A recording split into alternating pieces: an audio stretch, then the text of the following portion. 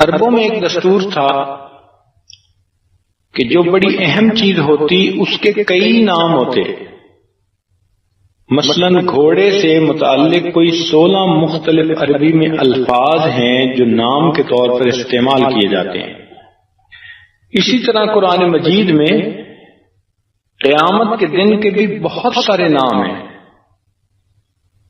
مثلا یوم القیامہ، یوم الحسرہ، یوم التغابن، یوم الوعید، یوم الفصل. یعنی اردو میں ترجمہ کریں تو اس کے نام روز قیامت، روز حسرت، یوم حساب، یوم ندامت، زلزلے کا دن، کڑک کا دن، روز واقعہ، کھڑکھڑانے کا دن، چھا جانے والا دن، دل کو ہلا دینے والا دن، روز برحق، ہنگامے کا دن، چیخ و پکار کا دن، اللہ تعالی سے ملاقات کا دن، باہم پکارنے کا دن، بدلے کا دن، ڈراوے کا دن، پیشی کا دن، اعمال کے وزن کا دن، فیصلے کا دن، جمع ہونے کا دن، دوبارہ اٹھنے کا دن، ذلت و رسوائی کا دن،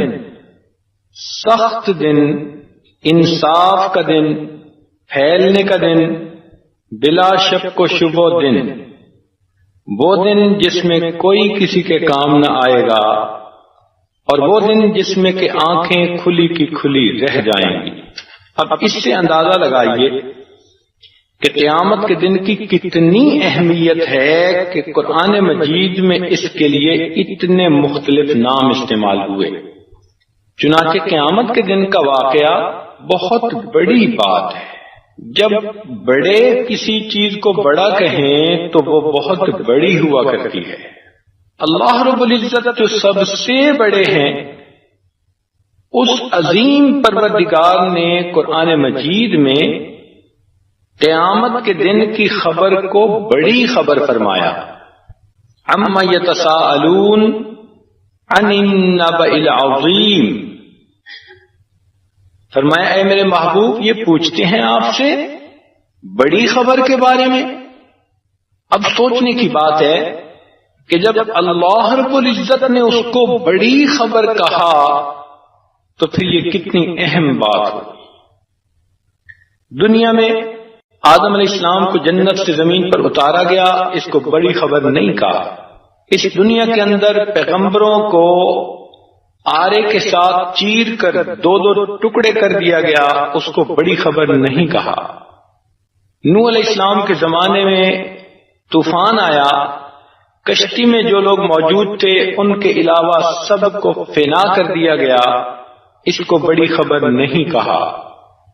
حضرت ابراہیم علیہ السلام کو آگ کی چتا میں ڈال. القرآن آن لائن ایجوکیشنل کمپلیکس کی طرف سے آپ کو خوش آمدید. We provide online holy Quran classes time and day at your own choice. High qualified male and female English spoken teachers. Affordable monthly fee. We are teaching basic قاعدہ, memorisation of the holy Quran with tajweed, translation and tafsir, namaz and kalmas. 3 days free trial lesson. Contact us WhatsApp number 923220843946. دیا گیا، اس کو بڑی خبر نہیں کہا. ابراہیم علیہ السلام نے بیٹے کے گلے پر چھری چلائی ذبح کرنے کے لیے، اس کو بڑی خبر نہیں کہا. حضرت موسیٰ علیہ السلام کے آنکھوں کے سامنے فرعون غرق ہوا، اس کو بڑی خبر نہیں کہا. حضرت یونس علیہ السلام مچھلی کے پیٹ میں کئی دن رہے، اس کو بڑی خبر نہیں کہا. قوم عاد کے اوپر عذاب آیا اور ان کو زمین کے پٹخ پٹخ کے مار دیا گیا، اس کو بڑی خبر نہیں کہا. قوم سمود والوں نے چیخ سنی اور ساری کی ساری قوم تباہ ہو گئی، اس کو بڑی خبر نہیں کہا. لوط علیہ السلام کی قوم پر پتھر برسا دیے گئے، اس کو بڑی خبر نہیں کہا، بنی اسرائیل کے چہرے مسخ کر کے ان کو بندر اور خنزیر بنا دیا، اس کو بڑی خبر نہیں کہا، حتیٰ کہ حضرت عیسیٰ علیہ السلام کو آسمانوں پر اٹھا لیا، اس کو بڑی خبر نہیں کہا۔ البتہ جب اللہ رب العزت کے محبوب تشریف لائے، اس بڑے پیغمبر علیہ السلام پر اللہ نے وحی فرمائی، اے میرے محبوب، قیامت کے دن کی ملاقات کا دن وہ بہت بڑی خبر ہے۔ تو اس سے اندازہ لگائیے کہ اس دن کی کس قدر اہمیت ہے۔ ایک جگہ اللہ تعالیٰ فرماتے ہیں ان زلزلۃ الساعۃ شیء عظیم، قیامت کے دن کا زلزلہ وہ بہت بڑی بات ہے، بڑا حادثہ ہے۔ تو کہیں نبأ عظیم کہا، بڑی خبر، کہیں شیء عظیم کہا، بڑا حادثہ۔ اب دیکھیے 1556 عیسوی میں چین کے صوبہ شئی میں ایک عظیم زلزلہ آیا جس میں 8 لاکھ انسان مر گئے، مگر یہ بڑی خبر نہیں۔ قیامت کے دن کا زلزلہ بہت ہی عجیب بات ہوگی، ستارے ٹوٹ جائیں گے، سورج گرہن چاند گرہن لگ جائے گا، اور زمین تیزی سے چلے گی، وَأَلْقَتْ مَا فِيهَا وَتَخَلَّتْ، زمین کے اندر جو کچھ ہوگا سب نکل کر باہر آ جائے گا، پہاڑ روئی کے گالوں کی طرح چلتے ہوں گے۔ یہ بہت بڑی بات ہے، حادثہ ہے جو اس دن پیش آئے گا۔ اسی لیے اللہ رب العزت نے قرآن مجید میں قسمیں کھا کر اس دن کے بارے میں فرمایا ہے کہ وہ دن یقیناً آ کر رہے گا، وہ دن یقیناً آ کر رہے گا۔ تو اب دیکھیے کہ اللہ رب العزت قسمیں کھا رہے ہیں، فرما رہے ہیں کہ یقیناً وہ دن آ کر رہے گا۔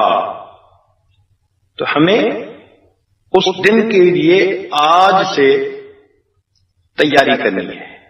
سورہ ذاریات میں اللہ رب العزت نے 4 قسمیں کھائیں، سورۃ مرسلات میں اللہ تعالیٰ نے 5 قسمیں اکٹھی کھا کر فرمایا انما توعدون لصادق، جو قیامت کے دن کا تمہارے ساتھ وعدہ کر دیا گیا وہ 100% سچا ہے۔ سورہ یونس میں اللہ تعالیٰ فرماتے ہیں ای وربی انہ لحق، اللہ اکبر۔ تو جب قسمیں کھا کر پروردگار کہہ رہے ہیں تو اس کا مطلب ہے کہ یقیناً وہ بہت بڑی بات ہے۔ فرمایا یوم تشقق السماء بالغمام ونزل الملائکۃ تنزیلا، الملک یومئذ الحق للرحمن وکان یوما علی الکافرین عسیرا ویوم یعد الظالم علی یدیہ یقول یا لیتنی اتخذت مع الرسول سبیلا یا ویلتا لیتنی لم اتخذ فلانا خلیلا، اے کاش میں نے فلاں کو دوست نہ بنایا ہوتا، لقد اضلنی عن الذکر بعد اذ جاءنی وکان الشیطان للانسان خذولا۔ تو آج دنیا میں جو نفس کی خاطر دوستیاں ہوں گی قیامت کے دن کی یہ حسرت بن جائیں گی۔ کہیں فرمایا اذا السماء انشقت، کہیں فرمایا اذا السماء انفطرت، کہیں کہا اذا زلزلت الارض زلزالها، کہیں فرمایا القارعۃ ما القارعہ، کہیں فرمایا یوم یفر المرء من اخیہ وامہ وابیہ وصاحبتہ وبنیہ، کہیں فرمایا یوم یحمى علیہا فی نار جہنم فتکوی بہا جباہہم وجنوبہم وظہورہم ھذا ما کنزتم لانفسکم فذوقوا ما کنتم تکنزون، کہیں فرمایا یومئذ تعرضون لا تخفی منکم خافیہ، کہیں کہا کل امت تدعی الی کتابہا۔ قیامت کے دن اللہ تعالیٰ میزان عدل کو قائم کریں گے، وَنَضَعُ الْمَوَازِينَ الْقِسْطَ لِيَوْمِ الْقِيَامَةِ، کہیں فرمایا وَكَفَى بِنَا حَاسِبِينَ، اور ہم حساب لینے والے کافی ہیں۔ تو اس لیے اس قیامت کے دن کی آج تیاری کرنا یہ بہت اچھی بات ہے۔ جب ذہن میں یہ بات سما جائے پھر دنیا کی چکا چوند انسان کو راستے سے ہٹا نہیں سکتی۔ کہتے ہیں کہ سلطان بہاؤالدین کا بیٹا سلطان حمید الدین یہ مکران کا حاکم تھا، اس کے گھر کی ایک خادمہ تھی، زینت اس کا نام تھا، وہی ان کے گھر کمرے کی صفائی کرتی، ان کا بستر بناتی تھی۔ ایک دن جو اس نے ان کے لیے بستر سجایا تو تھکی ہوئی تھی، اس کے دل میں خیال آیا کہ میں دیکھوں تو صحیح بستر کیسے ہے۔ وہ جو اس کے اوپر لیٹی تو اس کی آنکھ ہی لگ گئی۔ اب جب سلطان حمید الدین اپنے کمرے میں سونے کے لیے آئے تو انہوں نے اپنے بستر پر ایک نوکرانی اور خادمہ کو دیکھا تو بہت غصہ آیا، اس کی جرأت یہ میرے بستر پر لیٹے۔ چنانچہ قریب آ کر انہوں نے سر کے بالوں سے اس کو پکڑا اور بال کھینچ کے اس کو کھڑا کر دیا۔ وہ سوئی ہوئی تھی، اچانک جو بال کھینچے تو اس کو درد ہوئی۔ جب انہوں نے اس کو کھڑا کیا تو اس کے چہرے پہ 2 تھپڑ لگائے۔ وہ رونے لگ گئی، مگر تھوڑا رو کر وہ جلدی چپ ہو گئی۔ ان کو بھی محسوس ہوا کہ میں نے مارا زیادہ ہے مگر یہ چپ جلدی ہو گئی ہے، تو انہوں نے اس سے پوچھا کہ بتاؤ تم اتنا جلدی چپ کیوں ہو گئی؟ وہ کہنے لگی بادشاہ سلامت، آپ نے مجھے مارا، بالوں سے پکڑ کے اٹھایا، مجھے تکلیف ہوئی، اس تکلیف کی وجہ سے میں رو پڑی، مگر اتنا جلدی چپ کیوں کر گئی؟ وہ کہنے لگی کہ مجھے ایک خیال آ گیا۔ کیا خیال آیا؟ کہ بادشاہ سلامت مجھے یہ خیال آیا میں اس بستر پر تھوڑی دیر کے لیے لیٹی ہوں اور مجھے اتنی سزا ملی ہے، آپ روزانہ اس بستر پر سوتے ہیں، آخرت میں آپ کے ساتھ کیا معاملہ ہوگا؟ بس اس لڑکی کا یہ بات کرنا تھا کہ بات دل میں اتر گئی۔ چنانچہ ان کے نانا سید احمد توختہ رحمت اللہ علیہ لاہور میں رہتے تھے، یہ اپنی سلطنت کو چھوڑ کر ان کے پاس آئے، پھر ان سے انہوں نے اللہ اللہ سیکھا، حتیٰ کہ سلسلہ شتاریہ کے صاحب نسبت شیخ بن گئے۔ تو جب اس دن کا یقین دل میں آ جاتا ہے پھر انسان کو دنیا کی چیزیں ہیچ نظر آتی ہیں۔ تو دل کے اندر اگر یہ خوف ہو کہ میں نے اللہ رب العزت کے حضور پیش ہونا ہے تو پھر انسان گناہوں سے بچتا ہے۔ کوئی کام ایسا نہیں کرتا کہ جس سے اللہ رب العزت ناراض ہو جائے۔ چنانچہ ایک قصاب کی نیت کسی باندی کے بارے میں بری تھی۔ ایک مرتبہ وہ باندی کسی کام کے لیے باہر نکلی تو یہ قصاب کا لڑکا اس کے پاس پہنچ گیا اور اس نے اس کے ساتھ برے ارادے کا اظہار کیا۔ تو اس باندی نے جواب دیا کہ جتنا تمہیں مجھ سے تعلق ہے اس سے زیادہ میں تعلق اپنے دل میں محسوس کرتی ہوں آپ کے لیے، مگر میں قیامت کی رسوائی سے ڈرتی ہوں، اس لیے میں کوئی گناہ کا کام نہیں کرنا چاہتی۔ اس لڑکی کے پرخلوص الفاظ اس نوجوان کے دل پر گزرے، اللہ نے اس کو توبہ کی توفیق عطا فرما دی۔ تو اگر یہ خیال ہو نا کہ اللہ رب العزت ہمیں دیکھتے ہیں اور ہمیں قیامت کے دن اس پروردگار کے سامنے پیش ہونا ہوگا تو پھر کام آسان بن جائے۔ چنانچہ اسی قسم کا ایک واقعہ لکھا ہے ایک بادشاہ کے بارے میں کہ اس نے اسی طرح کسی اچھی شکل کی خاتون کو اپنے پاس برے ارادے سے بلوایا اور اسے کہا کہ دروازے بند کر دو اور میرے پاس آ جاؤ۔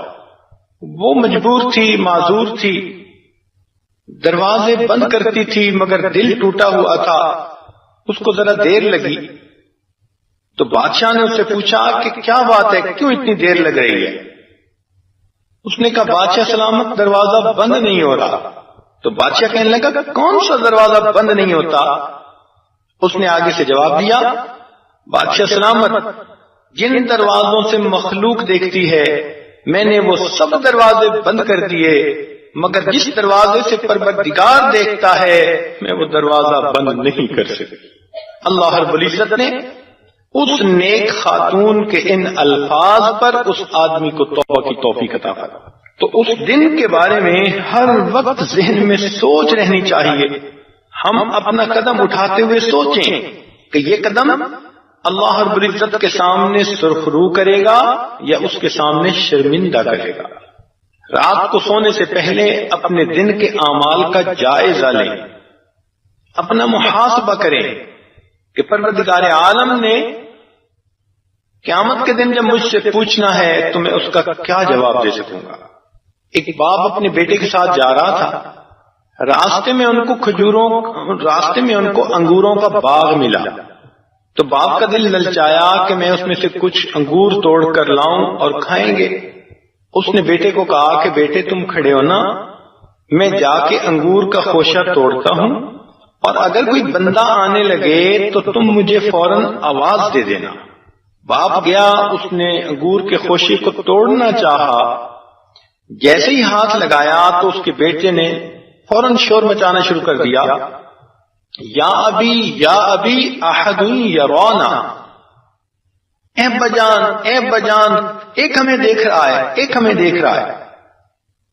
تو آدمی ڈر کے واپس آ گیا، لیکن جب بیٹے کے قریب پہنچا تو اس نے دیکھا کہ دیکھنے والا تو کوئی ہے نہیں، تو اس نے اپنے بیٹے سے کہا کہ کون دیکھ رہا ہے؟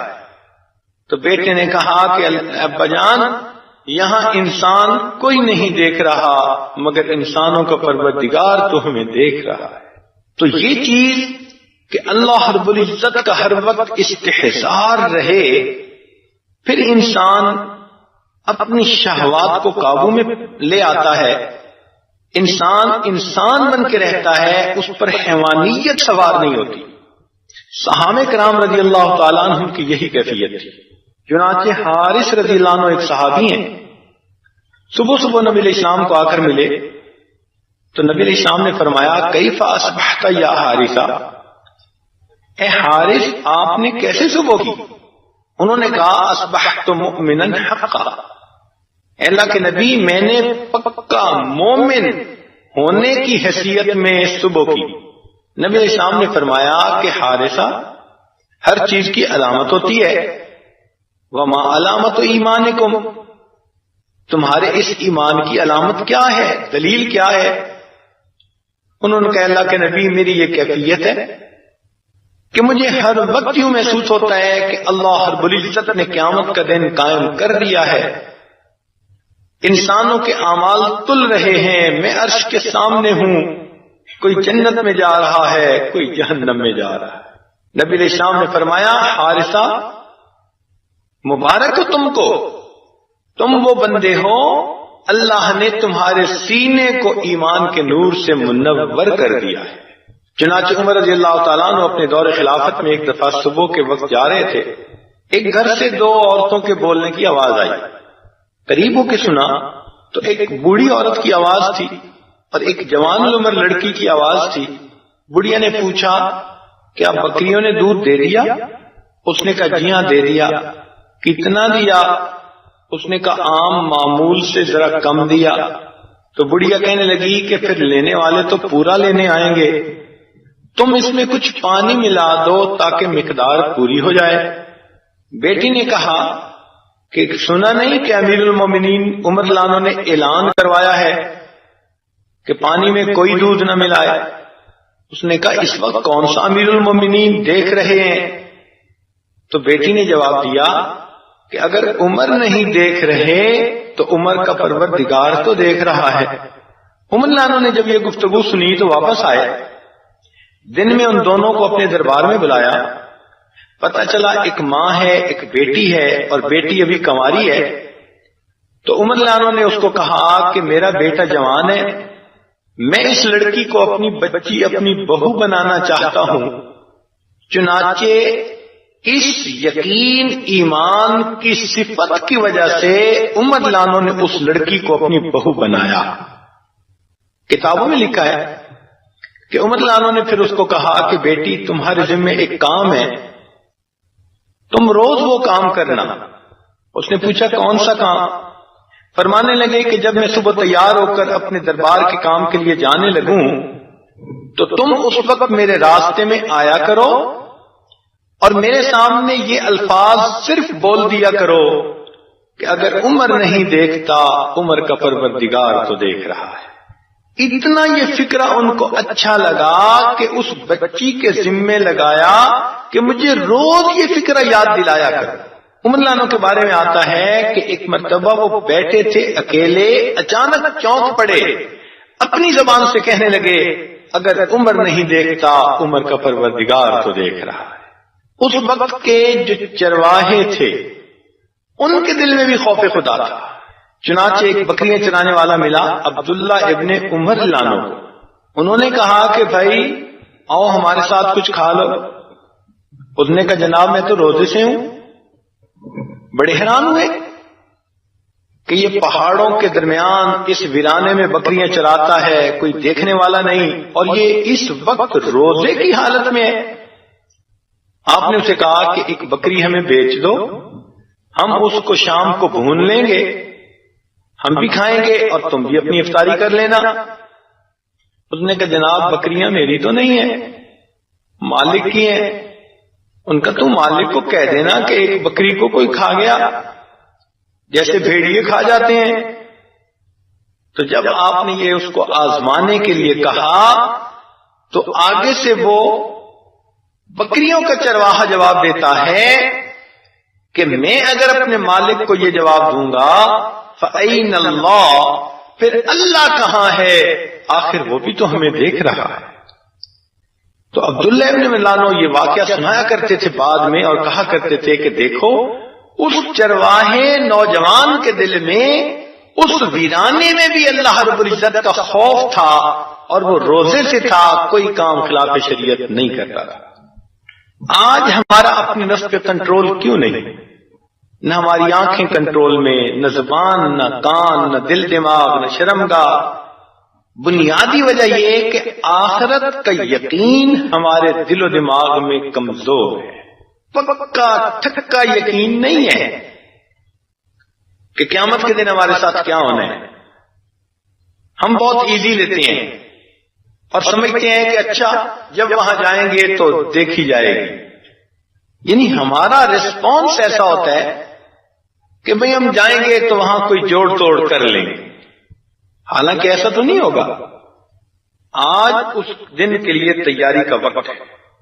اس دن کی سختی سے نبی علیہ الصلوۃ والسلام اتنا گھبراتے تھے کہ ایک حدیث پاک میں ہے نبی علیہ السلام نے کہا یا لیت رب محمد لم یخلق محمدا، اے کاش محمد صلی اللہ علیہ وسلم کا پروردگار محمد صلی اللہ علیہ وسلم کو پیدا ہی نہ کرتا۔ سیدنا صدیق اکبر اس لیے کہا کرتے تھے یا لیتنی کنت عصفورا، اے کاش کہ میں کوئی پرندہ ہوتا، مومن کے بدن کا بال ہوتا، میں کوئی گھاس کا تنکا ہوتا، تاکہ قیامت کے دن مجھے اللہ تعالی کے سامنے پیش ہی نہ ہونا پڑتا۔ چنانچہ ایک مرتبہ عبداللہ ابن مسعود رضی اللہ تعالیٰ عنہ بیٹھے ہوئے تھے، ایک سائل آیا، اس نے سوال پوچھا، آپ نے جواب دیا۔ جواب لینے کے بعد جب وہ واپس جانے لگا تو اس نے دعائیہ کلمات میں کہا یا لیتنی اکون من اصحاب الیمین، اے کاش کہ میں اصحاب یمین میں سے ہو جاؤں۔ تو عبداللہ ابن مسعود نے فرمایا یا لیتنی کنت اذا مت لم عبس، اے کاش کہ میں جب مروں تو قیامت کے دن مجھے اٹھایا ہی نہ جائے، میں اللہ کے سامنے پیش ہونے کے قابل بھی نہیں۔ چنانچہ رابع بصریہ اللہ کی نیک بندی، ان کے سامنے ایک آدمی بھنا ہوا مرغ لایا کہ امی کھا لیجیے۔ رابع بصریہ نے رونا شروع کر دیا۔ لوگوں نے کہا کہ آخر آپ کیوں رو رہی ہیں؟ فرمانے لگی کہ مجھ سے تو یہ مرغ اچھا، پہلے اس کی جان نکالی گئی، پھر اس مرغ کو آگ پر بھونا گیا، اور اگر رابعہ کی قیامت کے دن بخشش نہ ہوئی تو رابعہ کو تو جہنم میں زندہ حالت میں بھونا جائے گا۔ عمر بن عبدالعزیز رحمۃ اللہ علیہ کی ساری زندگی شریعت و سنت کے اوپر گزری۔ ایک مرتبہ ان کی رشتے میں کوئی نانی دادی بوڑھی عورت تھی، وہ آئی اور کہنے لگی کہ جیسے پہلے بادشاہوں نے خزانے کے منہ کھول رکھے تھے، آپ ایسا کیوں نہیں کرتے؟ انہوں نے ایک آدمی کو کہہ کر 1 دینار منگایا اور اس کو آگ میں گرم کر کے گوشت کی ایک بوٹی پڑی تھی اس گوشت کے اوپر رکھ دیا۔ جب کچے گوشت کے اوپر سرخ جو ہے آگ میں کیا ہوا دینار رکھا گیا تو گوشت جلنے لگا اور بو آنے لگی۔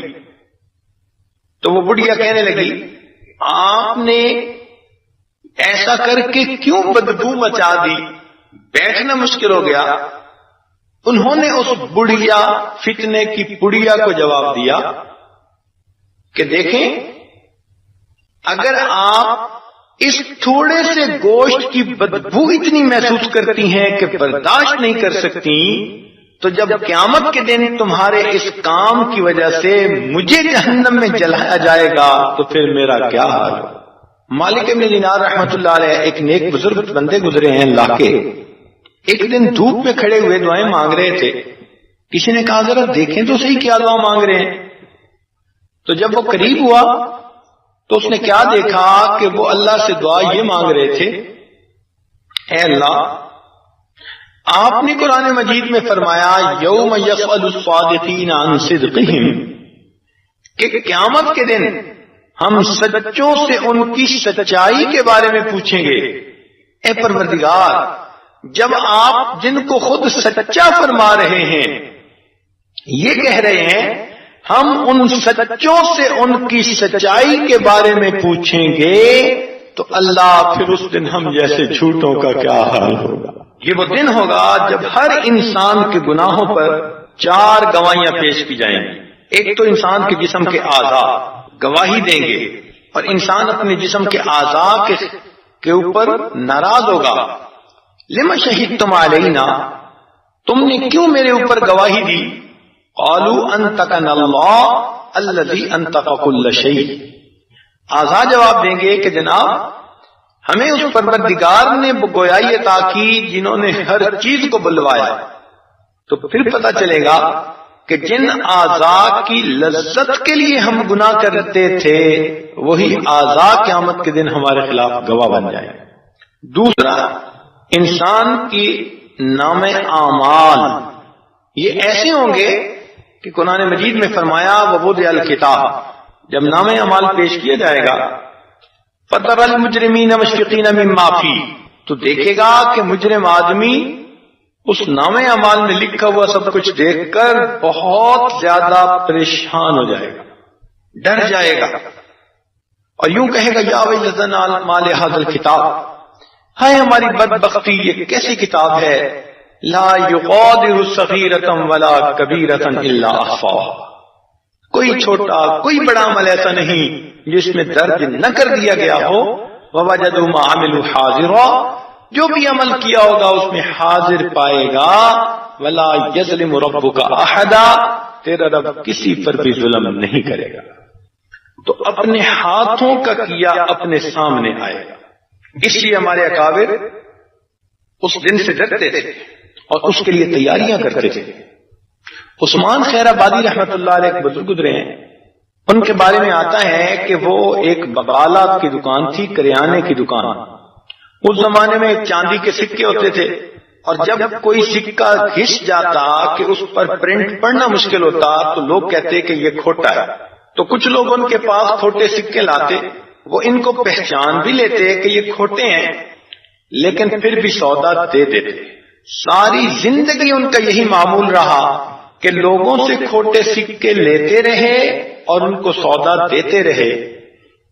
کہتے ہیں کہ جب ان کی وفات کا وقت آیا تو لیتے ہوئے تھے، وہ بستر پر اٹھ کر بیٹھ گئے اور یہ دعا مانگنے لگے، اے اللہ میں ساری زندگی تیرے بندوں سے کھوٹے سکوں کو قبول کرتا رہا، اللہ تو بھی میرے کھوٹے عملوں کو قبول فرما لے۔ تو ان حضرات کے دل میں آخرت کا اتنا غم ہوتا تھا، تیاری کرتے تھے۔ عبداللہ بن مبارک رحمت اللہ علیہ کے بارے میں آتا ہے کہ بہت بڑے بزرگ گزرے ہیں، ایک وقت میں 40 ہزار طلباء ان کے سامنے بیٹھ کر حدیث کا درس سنتے تھے، اتنے بڑے محدث۔ جب ان کی وفات کا وقت آیا تو انہوں نے اپنے شاگردوں کو فرمایا کہ مجھے زمین پہ لٹا دو۔ شاگردوں نے حکم کی تعمیل کری، لیکن جب انہوں نے اپنے شیخ کی طرف دیکھا تو ان کی چیخیں نکل گئیں، کس لیے کہ ان کے شیخ زمین پر اپنے رخسار کو رگڑ رہے تھے اور اپنی ریش مبارک کو پکڑ کر رو کر کہہ رہے تھے، اللہ عبداللہ کے بڑھاپے پر رحم فرما۔ نہیں کہا کہ میں بڑا محدث ہوں، نہیں کہا کہ میری وجہ سے ہزاروں انسانوں کی زندگی بدلی، میری وجہ سے اتنے لوگوں کے سینے منور ہوئے، کوئی عمل اپنا اللہ تعالی کے سامنے پیش نہیں کیا، فقط اپنی سفید ریش کو پکڑ کر رو کر کہنے لگے اللہ عبداللہ کے بڑھاپے پر رحم فرما۔ اس لیے جو انسان گناہوں سے بچتا ہے اللہ رب العزت اس کو قیامت کے دن کی سختی سے بچائیں گے۔ امام شافعی رحمۃ اللہ علیہ کے زمانے میں ایک عجیب واقعہ پیش آیا کہ وقت کا بادشاہ اپنی بیوی کے ساتھ تھا اور بیوی کسی بات پہ ناراض تھی۔ بادشاہ اچھے موڈ میں تھا اور بیوی بہت غصے میں تھی، لاڈلی تھی۔ اب بادشاہ جتنا اس کے ساتھ نائس بننے کی کوشش کرتا اتنا اس کو اور غصہ چڑھتا اور زہر چڑھتی۔ اب ادھر سے اصرار ادھر سے انکار۔ جب بادشاہ نے کچھ زیادہ محبت کا اظہار کیا تو وہ غصے میں کہنے لگی کہ دوزخی میں تیری شکل نہیں دیکھنا چاہتی۔ اب اس کو بھی غصہ آ گیا۔ اس نے جب یہ الفاظ سنے تو فوراً آگے سے کہنے لگا کہ اگر میں دوزخی ہوں تو میری طرف سے تمہیں 3 طلاق ہے۔ اب جب دماغ گرم جو ٹھنڈے ہوئے کچھ دن کے کچھ رات گزرنے کے بعد تو اب بیوی کو بھی خیال آیا کہ بھائی یہ جو محل اور اس کی ساری نعمتیں ہیں یہ اسی بندے کی تو وجہ سے ہیں، یہ مجھے نکال دے گا تو میری کیا حیثیت ہے؟ ناز انداز کی بھی کوئی حد ہوتی ہے، مجھے ایسا نہیں کہنا چاہیے تھا۔ اور بادشاہ کو بھی خیال آیا کہ میں نے اپنی پوری رعایا میں سے چن کے سب سے زیادہ خوبصورت بیوی لڑکی کو بیوی بنایا، میں بھی نہیں چاہتا کہ وہ مجھ سے جدا ہو۔ اب دونوں چاہتے تھے کہ ہم میں جدائی نہ ہو۔ تو بیوی نے کہا کہ یہ بتائیں طلاق واقع ہوئی یا نہیں ہوئی؟ کیونکہ مشروط طلاق تھی، کنڈیشنل تھی۔ بادشاہ نے کہا میں علماء سے پوچھتا ہوں۔ اب جب علماء سے مسئلہ پوچھا کہ بھئی عورت نے کہا کہ دوزخی میں تیرا شکل نہیں دیکھنا چاہتی اور خامن نے غصے میں کہہ دیا اگر میں دوزخی تو تجھ پہ 3 طلاق، اب بتاؤ یہ واقع ہوئی یا نہیں ہوئی؟ اب جو بندہ سنتا وہ کہتا جی کون کہہ سکتا ہے وہ دوزخی ہے یا نہیں، ہم تو اس کا جواب نہیں دے سکتے۔ ہر بندہ انکار کرتا رہا حتیٰ کہ یہ بات it became the talk of the town. ہر بندے کی زبان پہ یہی تذکرہ کہ یہ طلاق ہوئی یا نہیں ہوئی، کوئی جواب دینے کو تیار نہیں۔ کسی کی مجال تھی دم مارے اور کہے کہ یہ بندہ دوزخی ہے یا یہ بندہ جنتی ہے۔ اب بادشاہ کو اور پریشانی ہوئی۔ کسی نے امام شافعی رحمۃ اللہ علیہ کو آ کر بتایا کہ جی یہ معاملہ پیش آیا ہے۔ اس نے کہا بادشاہ اگر مجھے بلا کر پوچھے گا تو میں اس کو جواب دے دوں گا۔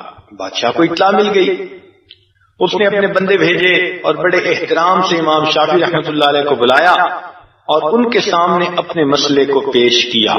امام شافعی کہنے لگے کہ ہاں میں اس کا جواب دے سکتا ہوں۔ اس نے کہا جی بتائیں۔ انہوں نے فرمایا کہ میں علیحدگی میں تنہائی میں آپ سے کچھ باتیں پوچھوں گا، ان کی روشنی میں آپ کو جواب دوں گا۔ بادشاہ نے تنہائی کا بندوبست کر دیا۔ تنہائی نے اس میں پوچھا کہ جی بتائیں یہ طلاق واقع ہوئی یا نہیں ہوئی؟ امام شافعی رحمۃ اللہ علیہ نے فرمایا کہ بادشاہ سلامت، آپ مجھے اپنی زندگی کا کوئی ایسا واقعہ سنائیں کہ گناہ کبیرہ کرنے کی آپ کو قدرت ہو، موقع ہو، مگر آپ نے اللہ رب العزت کے ڈر اور خوف کی وجہ سے اس گناہ کو نہ کیا ہو۔ بادشاہ سوچتا رہا، پھر کہنے لگا ہاں ایک مرتبہ ایسا واقعہ پیش آیا۔ کیا ہوا؟ بادشاہ کہنے لگا کہ میں اپنے کام کاج میں سے ذرا تھک گیا تھا تو ایک دن میں جلدی آرام کے لیے اپنے کمرے میں آ گیا۔ میرے کمرے میں محل میں کام کرنے والی ایک جوان العمر لڑکی کچھ چیزوں کی سیٹنگ کر رہی تھی۔ میں نے اب کمرے میں داخل ہوا اور اس کے چہرے پر میری نظر پڑی تو وہ مجھے بہت اچھی لگی۔ میں نے دروازہ بند کر دیا۔ میرے دل میں ارادہ تھا کہ میں اس کے ساتھ آج وقت گزاروں گا۔ وہ لڑکی بڑی نیک، تقیہ، نقیہ، پاک، صاف تھی۔ جب اس نے دیکھا کہ میں نے کنڈی لگائی تو وہیں سے اس نے اونچی آواز سے کہا، یا ملک اتق اللہ، اے بادشاہ اللہ سے ڈر۔ کہنے لگے جب اس لڑکی کی یہ آواز سنی تو اللہ رب العزت کا خوف میرے دل پر ایسا طاری ہوا کہ میں نے دروازہ کھول کر اس لڑکی کو کہا کہ چلی جاؤ۔ اگر میں چاہتا تو اس لڑکی سے اپنا ارادہ پورا کر لیتا، مجھے کوئی پوچھنے والا نہیں تھا، مگر اللہ کے خوف سے میں نے اس گناہ کو نہ کیا۔ یہ واقعہ مجھے یاد آتا ہے، جب اس نے یہ واقعہ سنایا تو امام بخاری رحمت اللہ علیہ، امام شافعی رحمت اللہ علیہ نے فتویٰ دیا کہ اس بندے کی بیوی کو طلاق نہیں ہوئی، یہ میاں بیوی بن کے رہ سکتے ہیں۔ جب یہ فتویٰ دیا گیا تو باقی علماء جھپٹ پڑے۔ انہوں نے امام شافعی رحمۃ اللہ سے کہا کہ آپ کیسے یہ فتویٰ دے سکتے ہیں؟ آپ کون ہوتے ہیں کہنے والے کہ یہ جنتی ہے یا جہنمی؟ آپ نے کیسے اتنی بڑی جرأت کر لی؟ تو امام شافعی رحمۃ اللہ نے فرمایا کہ بھائی یہ فتویٰ میں نے نہیں دیا، یہ فتویٰ قرآن مجید میں اللہ رب العزت نے دیا ہے۔ قرآن مجید کی آیت ہے، وَأَمَّا مَنْ خَافَ مَقَامَ رَبِّهِ، اور جو اپنے رب کے سامنے کھڑے ہونے سے ڈر گیا، وَنَهَى النَّفْسَ عَنِ الْهَوَىٰ، اور اس نے اپنے نفس کو خواہشات میں پڑنے سے بچا لیا، فَإِنَّ الْجَنَّةَ هِيَ الْمَأْوَىٰ، اس کا ٹھکانہ جنت ہوگی۔ چونکہ گناہ کبیرہ کو اس نے اللہ کے خوف کی وجہ سے چھوڑا، اس لیے قرآن کا فتویٰ اللہ اس کو جنت عطا فرمائے گا۔ ہمیں بھی چاہیے کہ ہم اس قیامت کے دن کی ذلت و رسوائی سے بچنے کے لیے آج تیاری کر لیں۔ کون ہے جو قیامت کے دن اللہ کے حضور پیش ہونے کی جرأت رکھتا؟ کہتے ہیں کہ اصفہان میں ایک بادشاہ گزرا ہے، اس کا نام تھا سلطان ملک شاہ۔ ایک مرتبہ اس نے دوستوں کے ساتھ جنگل میں شکار کا پروگرام بنایا اور اس کے ساتھ اس کے سیکیورٹی گارڈ بھی بہت زیادہ تھے۔ 3 دن اس نے جنگل میں رہ کے شکار کھیلنا تھا۔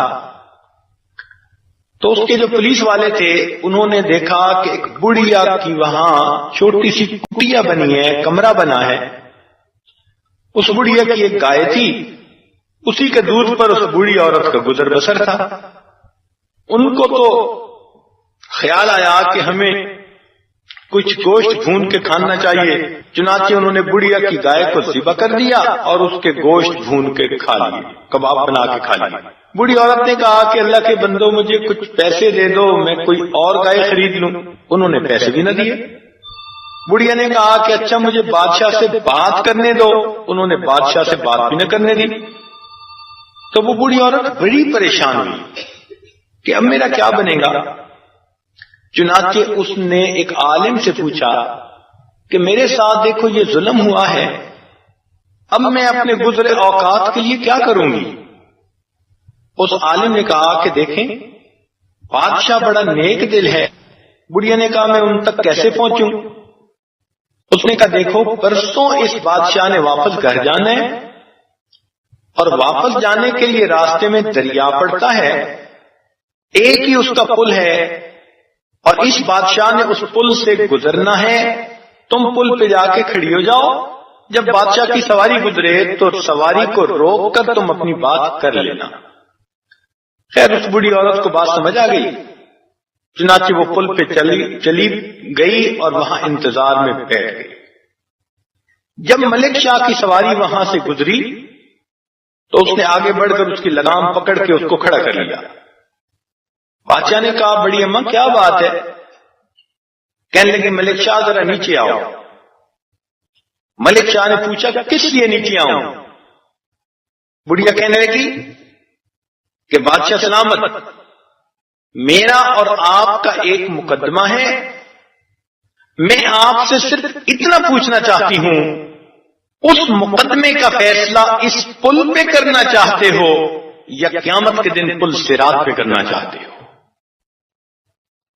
کہتے ہیں کہ اس نے جب یہ الفاظ سنے اس کو تو پسینے چھوٹ گئے، سواری سے نیچے اترا، بڑھیا کی بات سنی، 70 گایوں کے برابر اس کو قیمت بھی ادا کی اور اس کے سامنے ہاتھ جوڑ کے معافی بھی مانگی اور کہا کہ اماں معاف کر دینا، جو مقدمہ ہے یہی سمیٹو، میں قیامت کے دن پل صراط پہ مقدمے کا جو ہے فیس نہیں کر سکتا۔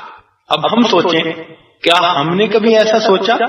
ہمارے بھی تو دنیا جہان میں جھگڑے ہوتے ہیں، ہم کتنوں کی غیبت کرتے ہیں، کسی کو کمینہ کہا، کسی کو ذلیل کہا، کسی کو پتہ نہیں کیا کہا۔ کیا ہم نے کبھی کسی سے معافی مانگی؟ آج تو بندہ مرتا ہے نا تو جنازے کے وقت اعلان ہو جاتا ہے، جی اگر کسی سے زیادتی ہوئی ہو، کسی کا دل دکھا ہو تو معاف کر دے۔ وہ جن کا دل دکھا وہ اس کے جنازے میں آئیں گے۔ اس اعلان کا کیا فائدہ جو مرنے کے بعد کیا جائے گا؟ کاش کہ یہ اللہ کی بندی اپنی زندگی میں لوگوں سے اپنے حقوق بخشوا لیتی۔ تو مرنے کے بعد معافی کے اعلان کا کیا فائدہ؟ زندگی میں معافی مانگیے۔ چنانچہ اپنے قریب کی سہیلیوں سے، دوستوں سے، رشتہ دار عورتوں سے، ہمسائی عورتوں سے، سب سے معافی مانگیے اور ان الفاظ میں معافی مانگیے کہ جی انسان خطا کا پتلا ہے، اگر آپ کے حقوق میں کوئی مجھ سے کمی بیشی ہو گئی ہو آپ معاف فرما دیجیے۔ تو جب آپ ان الفاظ میں معافی مانگیں گی اور اگلے کہہ دے گا نہیں نہیں کوئی بات نہیں، تو گویا آپ اس کے حقوق سے سبکدوش ہو جائیں گے۔ یہ تو اتنی معافی مانگنی چاہیے کہ ہر کسی سے، حتیٰ کہ بچوں سے مانگ لیں، خاوند سے مانگ لیں کہ جی انسان خطا کا پتلا ہے، اگر آپ کے حقوق میں کوئی مجھ سے کوتاہی ہوئی ہو تو آپ معاف کر دیجیے۔ ہمسائی کو بھی کہیں، سہیلی کو بھی کہیں، واقف کو بھی کہیں، ہر ایک سے معافی مانگیں۔ جو آپ کے محرم مرد ہیں ان محرم مردوں سے بھی معافی مانگ لیں۔ آج تو بہنیں بھائیوں کو بد دعائیں تو دے دیتی ہیں مگر کبھی بھائی سے معافی نہیں مانگتی۔ اب قیامت کے دن جب ہمارے مقدمے اللہ رب العزت کے حضور پیش ہوں گے تو ہم ان مقدموں کا کیسے فیصلہ کر لیں؟ اس لیے فرمایا کچھ لوگ پل صراط سے گزر رہے ہوں گے، ایک آواز آئے گی وَقِفُوهُمْ إِنَّهُمْ مَسْئُولُونَ، انہیں روک لو، ان سے کچھ بات پوچھی جائے گی۔ تو ان لوگوں کو پل صراط پہ ٹھہرا لیا جائے گا۔ کیا ہم چاہتے ہیں کہ ہمیں پل صراط پہ روکا جائے؟ اگر نہیں چاہتے تو ہم اپنے جھگڑوں کو سمیٹیں، ہم کسی سے خفا ہیں تو دل سے معاف کر دیں، ہمارے دل میں کسی کے بارے میں رنجش ہے، کینہ ہے، حسد ہے، بغض ہے، ہم اللہ کے لیے یہ سب کچھ نکال دیں اور دوسروں سے ہم معافی مانگ کے اپنے آپ کو بخشوا لیں۔ ہم قیامت کے دن اللہ رب العزت کے حضور ان مقدموں کو فیس کرنے کے قابل نہیں ہیں۔ یہ ہے آخرت کی تیاری۔